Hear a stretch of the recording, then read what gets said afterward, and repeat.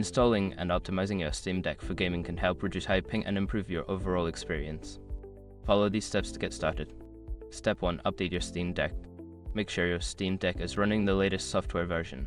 Go to Settings, then System, and check for updates. Install any available updates to ensure optimal performance. Step 2. Connect to a stable internet connection. Use a wired Ethernet connection if possible, as it typically provides a more stable and lower latency connection than Wi-Fi.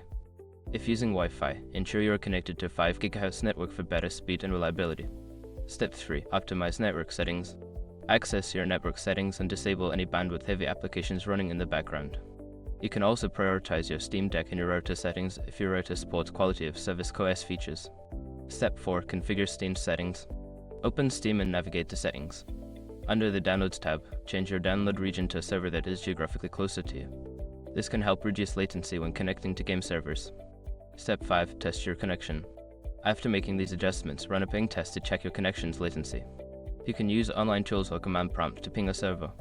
Monitor your ping while gaming to see if there are improvements.